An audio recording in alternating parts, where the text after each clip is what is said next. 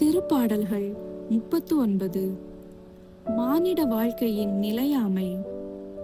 நான் என் நாவினால் பாவம் செய்யாத வண்ணம் என் நடைமுறைகளை காத்துக் கொள்வேன்.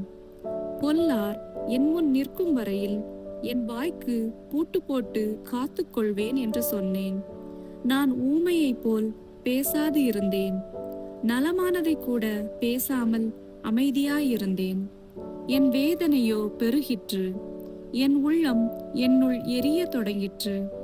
நான் சிந்தனையில் ஆழ்ந்தபோது நெருப்பு மூண்டது. அப்பொழுது என் நா பேசியதாவது: ஆண்டவரே, என் முடிவு பற்றியும் என் வாழ்நாளின் அளவு பற்றியும் எனக்கு அறிவுறுத்தும். அப்போது நான் எத்துணை நிலையற்றவன் என உணர்ந்து கொள்வேன். என் வாழ்நாளை சில விரற்கடை அளவாக்கினீர்.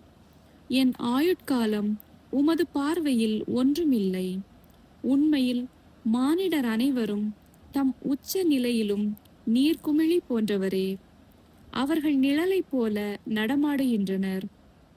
அவர்கள் வருந்தி உழைப்பது வீண்.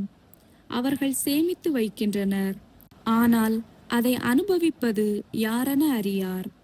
என் தலைவரே, நான் இப்போது எதை எதிர்பார்க்கட்டும்? நான் உம்மையே நம்பியிருக்கின்றேன்.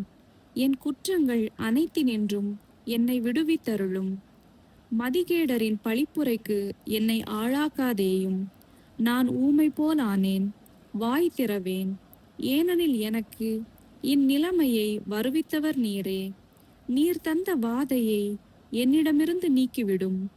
உமது கை அடித்த அடிகளால் நான் அழிவுக்கு ஆளானேன்.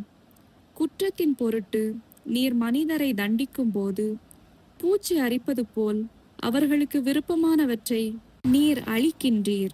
உண்மையில் மானிடர் அனைவரும் நீர்க்குமிழி போன்றவரே. ஆண்டவரே, என் விண்ணப்பத்தை கேட்டருளும். என்னுடைய மன்றாட்டுக்கு செவி சாய்த்தருளும். என் கண்ணீரை கண்டும் மௌனமாயிராதேயும். ஏனெனில் உமது முன்னிலையில் நான் ஓர் அந்நியன். என் மூதாதையர் போன்று நான் ஒரு நாடோடி.